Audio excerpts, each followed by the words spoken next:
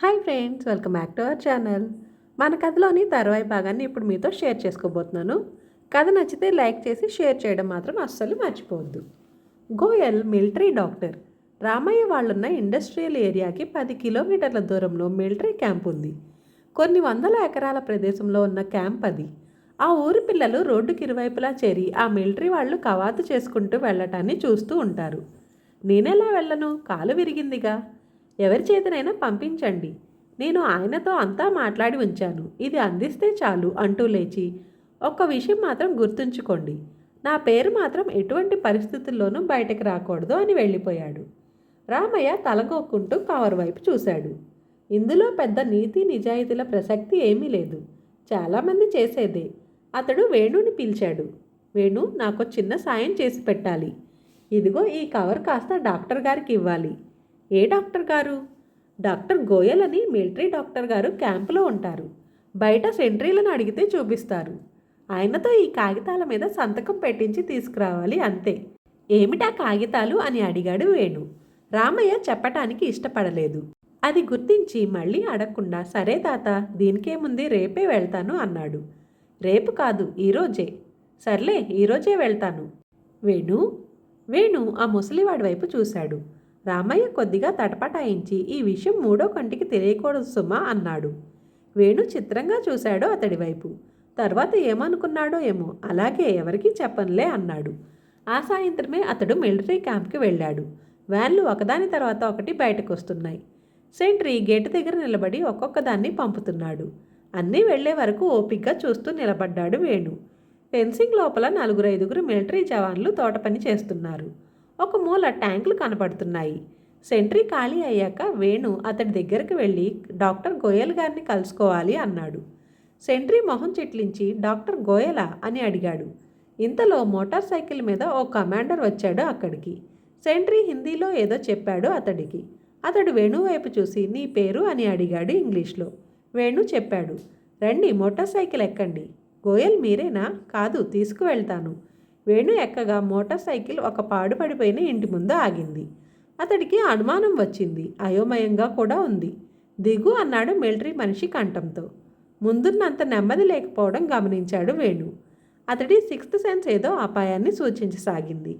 అయినా ఇంతవరకు వచ్చాక చేసేది ఏమీ లేదు. అతడితో పాటు లోపలికి నడిచాడు. పైకి పాడుపడిపోయిన ఇల్లులా కనిపిస్తున్న లోపల విశాలంగా ఉంది గది. ఒక మూల ఏవేవో పరికరాలున్నాయి. మధ్యలో సోఫా ఉంది. గోడలకి మ్యాపులున్నాయి. వాళ్ళు లోపలికి ప్రవేశించగానే అక్కడున్న జవాన్లిద్దరూ అటెన్షన్లోకి వచ్చి సెల్యూట్ చేశారు.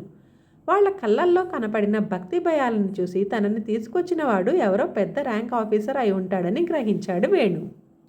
అతడు కూర్చుంటూ తనని కూర్చోమనకుండా ఉండటం కూడా గమనించాడు. ఆఫీసర్ కనుసైగతో జవాన్లు బయటకు వెళ్ళిపోయారు. గదిలో నిశ్శబ్దం మిగిలింది.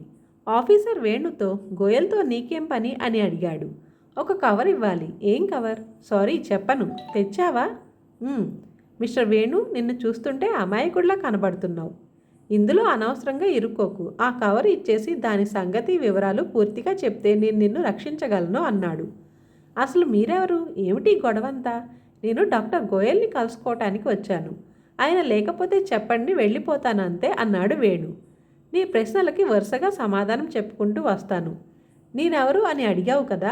నా పేరు Joshi, Indian military secret service commander in చీఫ్ని. నువ్వు అడిగిన రెండో ప్రశ్న ఏమిటి గొడవంతా అని.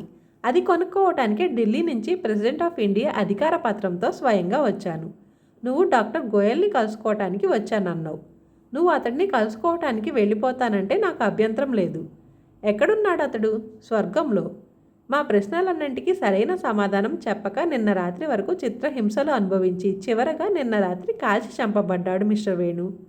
వేణు ఉలిక్కిపడ్డాడు. గోయల్ కాల్చి చంపబడ్డాడు. మిస్టర్ వేణు, 2 నెలల క్రితం తెలిసింది మాకు గోయల్ పాకిస్తాన్ గూఢాచారి అని.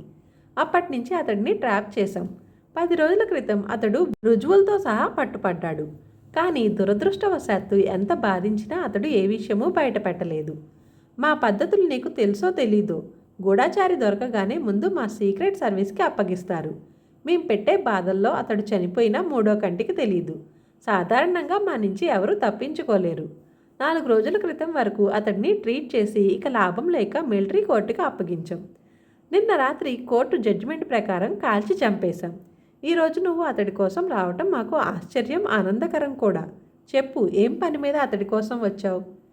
మీరు అనుకున్నంత పెద్ద విషయం ఏమీ లేదు. ఒక కాగితం మీద సంతకం తీసుకోవడానికి వచ్చాను. ఏదా కాగితం? వేణు తటపటాయించాడు. ఈ కవర్లో రామయ్య తాత పేరు ఉందేమో, అతడు అనవసరంగా ఇరుక్కుంటాడు. కానీ ఇది భారత ప్రభుత్వ సైన్యపు ఉన్నతాధికారులతో పని, అందులోనూ దేశ రక్షణకి సంబంధించినది. ఈ చిన్న విషయాన్ని అనవసరంగా పెద్దది చేయటం ఎందుకు? కాగితం ఇచ్చేసి ఏ గొడవ లేకుండా బయటపడటమే మంచిది. జోషి వేణు మొహంలో భావాల్ని గమనిస్తున్నాడు.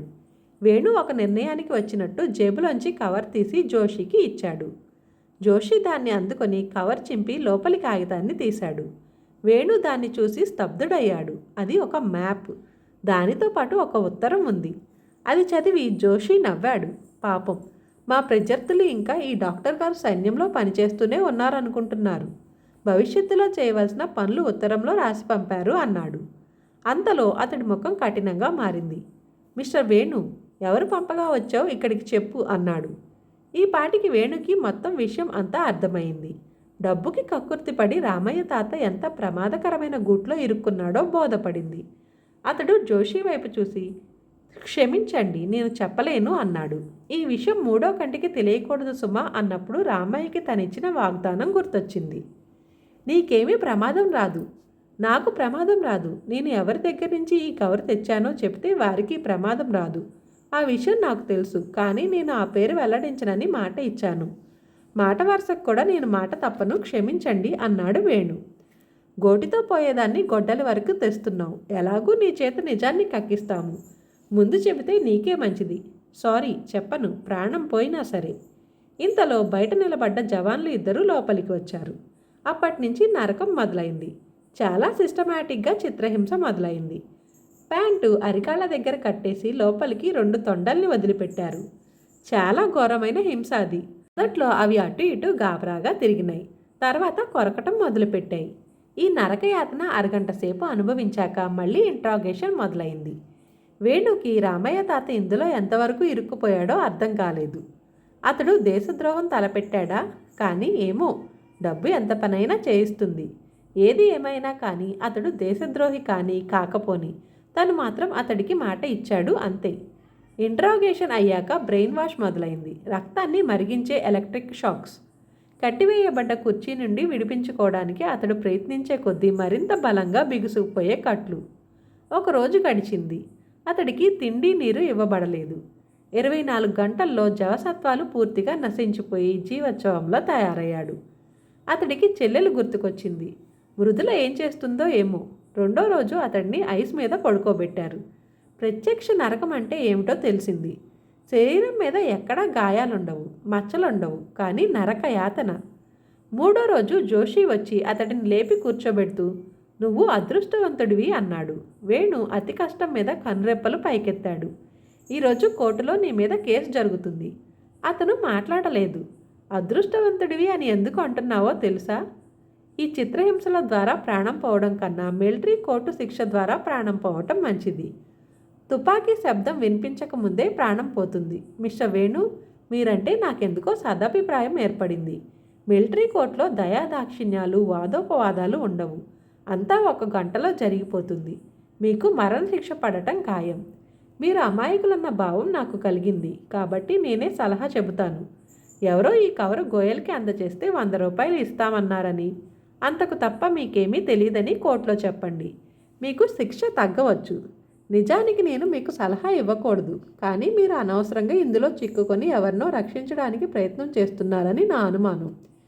వేణు శుష్కంగా నవ్వి, మీ అనుమానం నిజమే, కానీ క్షమించండి, నేను అబద్ధం చెప్పను అన్నాడు. మర్నాడు కోర్టులో కేసు మొదలైంది. కోర్టు అంటే పెద్ద ఆర్భాటం ఏమీ లేదు. ఒక జడ్జి ఉన్నాడు, జోషి ఉన్నాడు, ఇంకో 2 ఆఫీసర్లు ఉన్నారు. వేణుని 2-3 ప్రశ్నలు అడిగి అతడి దగ్గర నుంచి సరైన సమాధానం రాక జడ్జిమెంట్ ఇచ్చేశాడు. దేశద్రోహానికి తోడ్పడినందుకు ఒకే ఒక శిక్ష, మరణశిక్ష. వేణుని తిరిగి సెల్ దగ్గరికి తీసుకెళ్తూ జోషి అన్నాడు, నువ్వు మూర్ఖుడివి అని. నిజమే అనిపించింది వేణుకి. రేపు సాయంత్రం 4ంటికి శిక్ష అమలు జరుగుతుంది అని చెప్పి వెళ్ళిపోయాడు. ఆ రాత్రి కాలరాత్రి అయింది వేణుకి. 1 నిమిషం పాటు రామాయణ్ని కలుసుకోగలిగితే బావుండు. అసలు దీని వెనుక ఉన్నది ఎవరో తెలుస్తుంది. రామయ్య కూడా దీంట్లో భాగం ఉండే ఉంటుంది. లేకపోతే తనతో ఒట్టి ఎందుకు వేయించుకుంటాడు? రాత్రంతా నిద్ర పట్టలేదు. మృదుల భవిష్యత్తు గురించిన చింతతో మనసంతా వ్యాకులమైంది. ఆలోచనలతోనే సాయంత్రం 4 అయింది.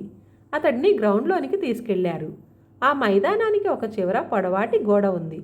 వేణు కన్నా ముందు ఒక ఖైదీని తీసుకెళ్లారు. అతడు గింజుకుంటున్నాడు.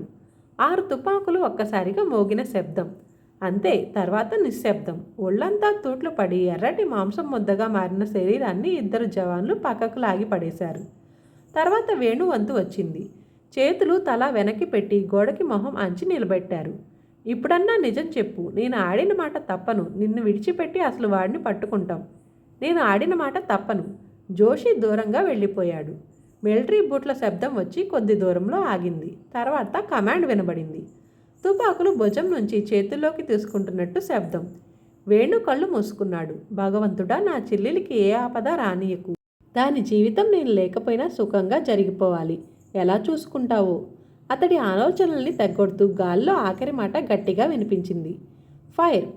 చావు వచ్చేస్తే పర్లేదు. చావు ముందు కోమా వచ్చి ఆ మత్తులో ప్రాణం పోయినా పర్లేదు. కానీ సంపూర్ణ ఆరోగ్యంతో ఉండి కొద్ది క్షణాల్లో రాబోయే చావు కోసం ఎదురు చూడటం ప్రత్యక్ష నరకం. అతని పరిస్థితి అలానే ఉంది. ఆ ఒక్క క్షణంలో 1000 ఆలోచనలు ముందు తుపాకీ పేలిన శబ్దం వినిపిస్తుందా, లేకపోతే ఒక్కసారిగా శరీరం తూట్లు తూట్లు పడటంతో ప్రాణం పోతుందా? ఏది ఇంకా వినిపించదే తుపాకీ శబ్దం. ఎన్ని ప్రిన్సిపల్స్ ఉన్నా, ఎంత ధైర్యవంతుడైనా ఆ క్షణం వేణుకి వెన్నులో చలి పుట్టింది. ఈ స్థితి భయంకరంగా ఉంది. తొందరగా పేలితే బావుండు. కానీ వెనకాల అసలు చీమ కదిలిన అలికిడి కూడా వినిపించడం లేదు. గట్టిగా మూసుకున్న కళ్ళను తెరిచాడు. ఎదురుగా గోడ కనపడుతోంది. అక్కడక్కడ పెచ్చులూడిన గోడ. తుపాకీ పేలి ఉంటే తన రక్తం ఆ గోడ మీదకి చిమ్మాల్సింది. ఒక్కొక్క సెకను యుగంలా గడుస్తుంది. అతడు తల తిప్పి కొద్దిగా పక్కకు చూశాడు. ఏ అలికిడి వినిపించకపోవడంతో మరింత ధైర్యం చేసి వెనక్కి తిరిగాడు. వెనకాల మిలిటరీ లేదు, తుపాకులు లేవు. ఒక కుర్చీలో వృద్ధుడు ఒకడు కూర్చొని తాపీగా హుక్కా కాలుస్తూ తననే చూస్తున్నాడు. వేణుకి అది కలో నిజమో అర్థం కాలేదు. ఆ వృద్ధుడెవరో కాదు, బ్యాంకులో దొంగలు అటకాయించగా తను రక్షించినవాడు. అతడు ఈ మిలిటరీ క్యాంప్లోకి ఎలా వచ్చాడో, ఎందుకు వచ్చాడో అర్థం కాక అయోమయంగా చూశాడు. వేణుని చూసి అతడు నవ్వాడు. రా అబ్బాయి, ఇలా వచ్చి కూర్చో, ఒక సిగరెట్ తాగు, టెన్షన్ తగ్గుతుంది అన్నాడు. వేణు వద్దన్నట్లు తలూపాడు. దగ్గరకెళ్ళి కూర్చోకుండా నిలబడి ఏం జరుగుతుంది ఇక్కడ అని అడిగాడు. దానికి సమాధానం చెప్పకుండా వృద్ధుడు హుక్కా తాగడంలో నిమగ్నమయ్యి, ప్రాణం పోయినా నువ్వు అబద్ధం చెప్పవన్నది నిజమే అన్నమాట అన్నాడు. వేణుకి బ్యాంకులో తామిద్దరి మధ్య జరిగిన సంభాషణ గుర్తొచ్చింది. నువ్వు ఎప్పుడు నిజమే చెప్తావా అని ఆయన అడిగినప్పుడు తను అవును అనటం, ఇదంతా ఏదో నాటకం అని అర్థమవుతున్న కొద్దీ అతడిలో కోపం చోటు చేసుకోసాగింది. ఏమిటిదంతా అని అడిగాడు. నువ్వు కేవలం గొప్ప కోసం చెప్పావో లేక ఎప్పుడు నిజమే చెప్తావో కనుక్కోవటం కోసం పరీక్ష. అఫ్కోర్స్ మొత్తం ఈ నాటకం అంతా ఏర్పాటు చేయడానికి 10,000 దాకా ఖర్చు అయిందనుకో. కానీ నాకు కావలసిన కుర్రాడివి దొరికావు. నేను అడిగిన ప్రశ్నకి సమాధానం అది కాదు అన్నాడు వేణు కోపంగా. అతడి కాళ్లకు తొండలు కొరికిన చోట ఇంకా బాధగానే ఉంది. పద, నడుస్తూ మాట్లాడుకుందాం. ఇక ఈ పాడుబడిన బిల్డింగ్లో అనవసరం. బై నా పేరు ప్రసాదరావు అంటూ కుర్చీలో నుంచి లేచాడు. ఇద్దరు బయటికి నడుస్తూ ఉంటే అతడు అన్నాడు, బ్యాంకు దొంగలతో కలియబడి నా డబ్బు వాళ్ళ దగ్గర నుంచి లాక్కున్నప్పుడు నాకు అంతగా సంతోషం అనిపించలేదు. కానీ నువ్వు అలా ప్రాణాలకు తెగించి వాళ్ళ మీదకి దూకిన కారణం చెప్పగానే మాత్రం అదిరిపడ్డాను. నువ్వు యథాలాపంగా అన్నావో నిజంగానే అన్నావో అర్థం కాలేదు. ప్రాణం పోయిన అబద్ధం చెప్పని కుర్రాడి అవసరం నాకు చాలా ఉంది. దాంతో ఇంత దూరము ఆ రోజు నీ సిటీ బస్ వెనక ఫాలో అవుతూ వచ్చాను. నువ్వు ఈ ఫ్యాక్టరీలో కార్మికుడివని తెలిసింది. 2 మనుషులు రోజుకి 24 గంటల పాటు ఎన్నో రోజులు కష్టపడి నీ గురించి మొత్తం వివరాలన్నీ సేకరించారు. నీ వివరాలన్నీ చూసిన కొద్దీ నా ఆనందం మరింత ఎక్కువయింది. వృద్ధుడు నడుస్తూ మాట్లాడుతూ ఉంటే వేణు పక్కనే నడవసాగాడు. ఇద్దరు కాంపౌండ్లోంచి బయటకొచ్చారు. పక్కనే రోడ్డు మీద మారిస్ మైనర్ కారుంది. మా ఇంటికి వెళ్దాం రా, నీతో చాలా మాట్లాడాలి. తిరిగి నిన్ను దింపుతాలే అన్నాడు ప్రసాదరావు. వేణు మాట్లాడకుండా కారెక్కాడు. పాతకాలం నాటి మ్యారీస్ మైనర్ కార్ అది. దడదడ శబ్దం చేస్తూ బయలుదేరింది. చాలామంది పైకి గొప్పగా కనపడతారు. విపత్కర పరిస్థితి వస్తే జావ కారిపోతారు. కొందరు అలా కాదు, ఎప్పుడూ మామూలుగానే ఉంటూనే ప్రమాద స్థితిలో కూడా అలా మామూలుగానే ఉండగలరు. ఈ మామూలుగా ఉండగలగటం అనేది గొప్ప విద్య. నాకు కావాల్సింది సరిగ్గా అదే క్వాలిటీ ఆగి అన్నాడు. నువ్వు ఒక కార్మికుడివి, చిన్నప్పుడే తల్లి తండ్రి పోయారు, అయినా చాలా మామూలుగా చదువు పూర్తి చేశావు. ఇదే కానీ ఇంకొకరెవరైనా అయి ఉంటే లేబర్ హీరో, కార్మికుల్లో రత్నం వగైరా టైటిల్స్తో అడ్వర్టైజ్ తీసుకొని పాపులారిటీ కోసం ప్రయత్నించి ఉండేవాళ్ళు. సరే అదలా పక్కన పెట్టు. అంతకన్నా నాకు నచ్చిన విషయం మరొకటి ఉంది. నువ్వు ఉద్యోగంలో చేరిన తర్వాత బ్యాంక్ అకౌంట్ ప్రారంభించి నెల నెల కొంత డబ్బు అందులో వేస్తూ వస్తున్నావు. నీ అకౌంట్ ప్రారంభిస్తే చాలా ఆశ్చర్యకరమైన విషయం బయటపడింది. ప్రతి నెల 2వ తారీఖున నువ్వు ఆ డబ్బు జమ చేస్తూ వచ్చావు. అది చాలా చిన్న మొత్తం అనుకో, కానీ 12 సంవత్సరాల నుంచి, అంటే 144 నెలలు, 144 ఎంట్రీలు సెలవు రోజున తప్పిస్తే సరిగ్గా 2వ తారీఖునే పడ్డాయి. అంటే ఇన్ని సంవత్సరాల నుంచి క్రమం తప్పకుండా 2వ తారీఖున ఆ పని చేస్తున్నావన్నమాట. ఎంతో గొప్ప క్రమశిక్షణ ఉంటే కానీ అది సాధ్యం కాదు. అది నీ 2వ క్వాలిటీ. పోతే మామూలు సమస్యల్లా కాకుండా నీకో పెద్ద కష్టం వచ్చి పడింది. అది నీ చెల్లెల అనారోగ్యం. నీ చెల్లెలంటే నీకు చాలా ప్రేమ. నీ తల్లి నీ మీద వదిలేసి వెళ్ళిపోయిన ప్రభావం తాలూకు రిఫ్లెక్షన్స్ నీ చెల్లి మీద ఉన్నాయి. నీలో ఇంత సంస్కారం పెంపొందడానికి కారణం నీ తల్లే. నీ తల్లి ఎందుకు ఊరేసుకు చచ్చిపోయిందో ఎవరికీ తెలీదు. ఆమె నీకు చిన్నతనంలో పురాణ కథల్ని గాథల్ని వినిపించి మిగతా వాళ్ళ నుంచి ప్రత్యేకంగా తయారు చేసింది. అలాంటి నీ తల్లి రిప్లికా అయిన నీ చెల్లెలి అనారోగ్యం నీకు బాధగా తయారైంది. ఇప్పుడు అది బాగుపడాలంటే 25,000 కావాలని ఈ నగరంలోకెల్లా మంచి డాక్టరు కానీ బాగా డబ్బు వసూలు చేసేవాడైన రాజారావు అన్నాడు. నీ మొత్తం జీవితకాలంలో ఆ డబ్బు సంపాదించగలవని నువ్వు అనుకోవడం లేదు. దయానందం ప్రాపకం సంపాదించి కార్మికుల్లో అలజడి సృష్టిస్తే అతడేమైనా కొద్దిగా డబ్బు సర్దితే సర్దవచ్చేమో గాని అతగాడంటే నీకు పరమ ద్వేషం. ఈ విషయంలో నువ్వెప్పుడూ బయటపడలేదు. ఈ బయటపడకపోవడం అనేది నీకున్న మంచి క్వాలిటీ. అతడు చెప్పుకుపోతుంటే వేణు నోట మాట రాక విస్మయంగా చూస్తూ ఉండిపోయాడు. జల్లెడ వేసి పట్టుకున్నట్టు తన జీవితంలో ప్రతి అనుభవాన్ని, ఆలోచనని పట్టుకున్నాడు ఈ వృద్ధుడు. ఎంతో కష్టపడితే తప్ప మానవ మాతుడికి సాధ్యమయ్యే పని కాదిది. అయితే వేణుకి ఒకటే అనుమానం పురుగులా తొలుస్తుంది. ఇంత కష్టం ఇతగాడెందుకు పడ్డాడు? అతడు అది అడిగే లోపలే కారు ఒక ఇంటిలోకి ప్రవేశించింది. చాలా పురాతనమైన ఇల్లది. ఆ ఇంటిలోకి కారు తిరుగుతూ ఉండగా ఎదురిల్లు వైపు యథాలాపంగా చూశాడు వేణు. బయట నేమ్ బోర్డ్ మెరుస్తుంది. సర్ జగపతిరావు బహదూర్. ఈ నిల్లు ఇక్కడా అని అనుకున్నాడు. దాని గురించి అంతగా పట్టించుకోకుండా ఆ వృద్ధుడితో కలిసి మెట్లెక్కాడు. చెక్క మెట్లవి. జాగ్రత్తగా ఎక్కకపోతే కింద పడిపోవడం ఖాయం. ఇద్దరు మేడ మీద ఒకే గదిలోకి ప్రవేశించారు. ఆ గదిలో బీదతనం నాట్యం చేస్తుంది. ఒక దండానికి పాత బట్టలు వేలాడుతున్నాయి. కిటికీ దగ్గర కుక్కి మంచం ఉంది. దానిపైన మేకుకి మిలిటరీ వాళ్ళు ఉపయోగించే బైనాకులర్స్ ఉన్నాయి. గదిలో ఒక మూల నీళ్ల కూజా ఉంది. పక్క మీద దుప్పటి మాసి ఉంది. పరుపు లేదు. చాలా చిన్న గది అది. ఏ క్షణమైనా పైకప్పు మీద నుంచి పెద్ద పెచ్చు ఊడి పడటానికి సిద్ధంగా ఉంది. ఈ ఎపిసోడ్ని ఇంతటితో ముగిస్తున్నాను. మరొక కొత్త ఎపిసోడ్తో మళ్ళీ కలుద్దాం. Thanks for watching this video.